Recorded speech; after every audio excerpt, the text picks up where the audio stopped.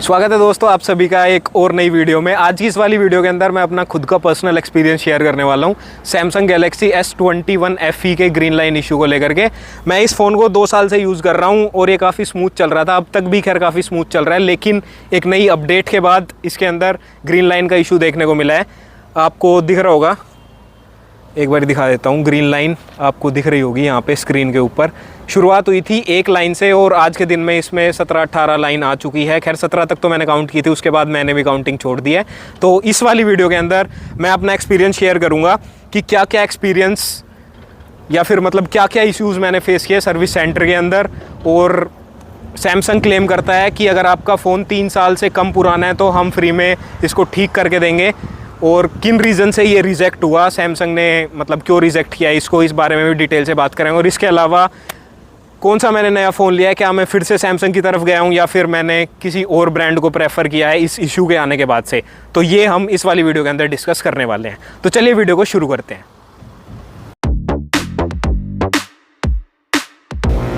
तो सबसे पहले शुरुआत करते हैं कि हाउ इट ऑल स्टार्टेड। तो ये ग्रीन लाइन इशू कैसे स्टार्ट हुआ उसके बारे में बात करते हैं। तो मुझे थोड़ी एक्साइटमेंट रहती है, नई अपडेट आती है तो मैं सबसे पहले इंस्टॉल करता हूँ। और ये आज से नहीं है, बहुत पहले से है। पहले जो मैं स्मार्टफोन यूज़ करता था उनमें तो मैंने बीटा अपडेट्स भी इंस्टॉल की हुई है, बस नए नए फीचर्स एक्सप्लोर करने के लिए। लेकिन इसके अंदर मैंने ऑफिशियली जो सैमसंग के थ्रू रोल आउट अपडेट थी वो इंस्टॉल की थी। आई थिंक जब अपडेट आई थी उसके 1-2 दिन के अंदर ही मैंने इंस्टॉल कर ली थी।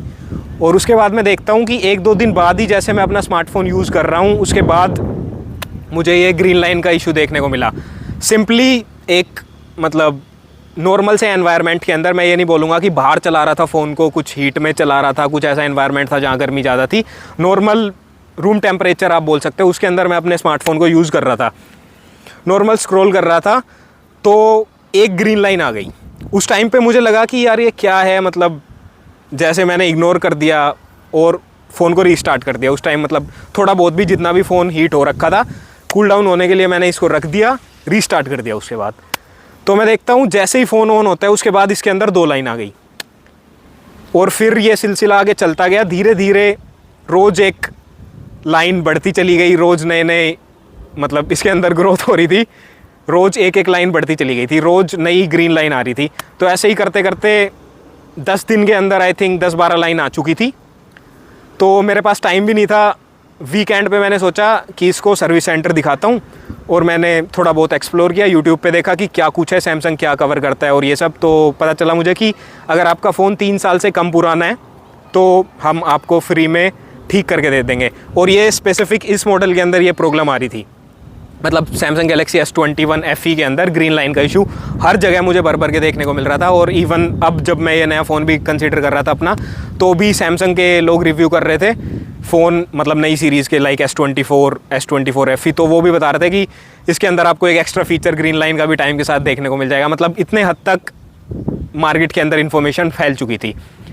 तो मतलब अपडेट से ये सब स्टार्ट हुआ और उसके बाद मैंने मतलब नई 2-3 अपडेट जो भी आई थी वो सब भी इस पर इंस्टॉल करी, ये देखने के लिए कि क्या पता सैमसंग ने अपडेट के साथ इसको फिक्स कर दिया हो। मतलब पुरानी अपडेट में ग्रीन लाइन का इशू आ गया तो क्या पता नई अपडेट में फिक्स कर दे हो। क्योंकि पहले जो मेरा एक्सपीरियंस था उसमें सैमसंग ने ऐसा किया था। एक बार मैंने नोटिस किया कि कैमरा डिग्रेड कर दिया था, लेकिन नई अपडेट के अंदर फिक्स कर दिया था सैमसंग ने। और बैटरी के साथ भी मैंने ये ऐसा मतलब एक्सपीरियंस किया था। So coming to the second part of this video, service centre.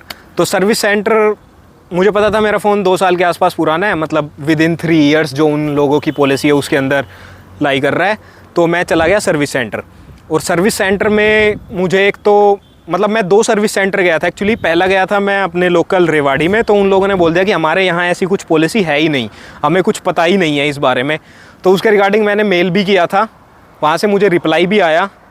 तो वहाँ तो मैं दोबारा नहीं गया क्योंकि मैं गुड़गांवा रहता हूँ। तो गुड़गांवा मैं गया सेक्टर 23 के सर्विस सेंटर में और वहाँ मैंने इस फ़ोन को दिखाया।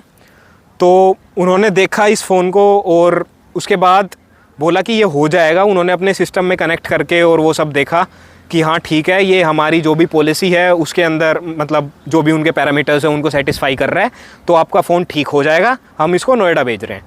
तो वहाँ हमारी जो फैसिलिटी है वहाँ से ये फ़ोन ठीक होकर के आ जाएगा और आपको 7 से 10 दिन के अंदर फ़ोन मिल जाएगा, या फिर जो भी स्टेटस रहेगा, ठीक होगा नहीं होगा, वो आपको 7 से 10 दिन के अंदर पता लग जाएगा।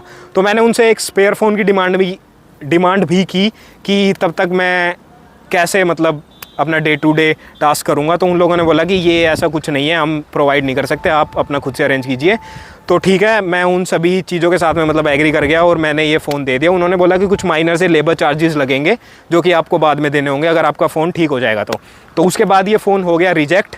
और रिजेक्ट का रीज़न मैं आपको बताता हूँ, जो मतलब एक तरीके से सैमसंग ने मतलब रीज़न पर्टिकुलरली कुछ ऐसा सॉलिड रीज़न नहीं था, उन लोगों ने बस यही है कि नहीं करना था ठीक, कस्टमर्स को एक तरीके से बेवकूफ़ी बना रहे थे। तो मैं दिखा देता हूँ आपको, ये रीज़न उन्होंने बताया, आपको दिख रहा होगा यहाँ से फ्रेम के अंदर बोल रहे हैं कि ये जो भी निशान है ये सारे डेंट के हैं, ये फ़ोन आपसे गिरा है। मतलब नॉर्मल यूज़र्स में आप देख सकते हो ये जो थोड़ा बहुत कलर हटता है और वो सब, मतलब हम अगर बैक कवर लगाए रखते हैं काफ़ी टाइम तक या फिर हटाते लगाते रहते हैं तो ये थोड़ा कलर मतलब फेड आउट हो जाता है, और इसी वजह से मतलब ऐसा कुछ मेजर है नहीं। या फ्रेम में आप देख सकते हो, अगर आप 2-2.5 साल फ़ोन को चलाते हो तो ऐसे मतलब ये नॉर्मल यूज़र्स में हो जाता है। लेकिन यही उन्होंने एक रीज़न बताया कि आपका फ़ोन आपसे गिरा है, इस वजह से ये मतलब ग्रीन लाइन इशू आया है।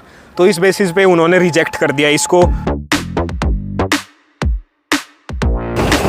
तो अब सर्विस सेंटर से रिजेक्शन के बाद मेन मुद्दा ये था कि मुझे ये फ़ोन ठीक कराना ही था, क्योंकि ये काफ़ी स्मूथ चल रहा था अब तक भी, इतनी अपडेट्स आने के बाद भी, इतना टाइम होने के बाद भी किसी तरीके का कोई भी इशू मुझे इस स्मार्टफोन के अंदर नहीं देखने को मिला। बीट बैटरी ड्रेन या फिर परफॉर्मेंस या किसी तरीके से कोई लैग वगैरह कुछ भी मुझे इसके अंदर देखने को नहीं मिला।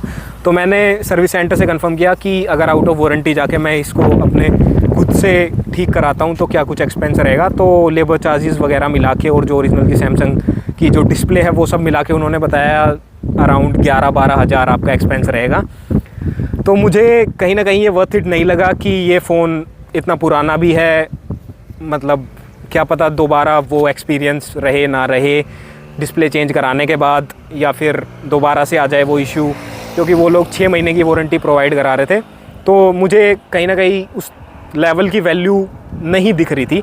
तो मैंने बाहर भी पता किया, तो बाहर से मुझे 2-3 क्वालिटी के बारे में पता लगा कि इसके अंदर 3 types of display quality available है। अगर ओरिजिनल का उन लोगों ने तरीका बताया कि अगर कोई ऐसा स्मार्टफोन अवेलेबल हो जाता है जिसके अंदर और कोई इशू हो और डिस्प्ले में इशू ना हो, तो उसकी डिस्प्ले हम इसमें लगा करके आपका काम चला सकते हैं, तो उस तरीके से आपका ठीक हो सकता है। तो बेस्ट क्वालिटी जो डिस्प्ले थी, जो मैंने बताया कि सैमसंग के ओरिजिनली स्मार्टफोन से निकाल के वो लोग लगाने वाले हैं, ऐसा कई बार देखा है मैंने। मतलब कई केसेस में ऐसा होता है, जैसे कोई आईफोन है, अगर वो लॉक हो गया या किसी भी तरीके से ख़राब हो गया तो वो ऑफलाइन मार्केट में बिक जाता है और उसके बाद वो लोग उसके कुछ पार्ट्स को यूज़ कर लेते हैं, जैसे बैक पैनल हो गया, बैटरी हो गई या फिर स्क्रीन हो गई, उसको किसी दूसरे स्मार्टफोन में डाल देते हैं और उस तरीके से मतलब जेन्युइन एसेसरी एक्सचेंज हो जाती है नए स्मार्टफोन में, उस स्मार्टफोन में लग जाती है।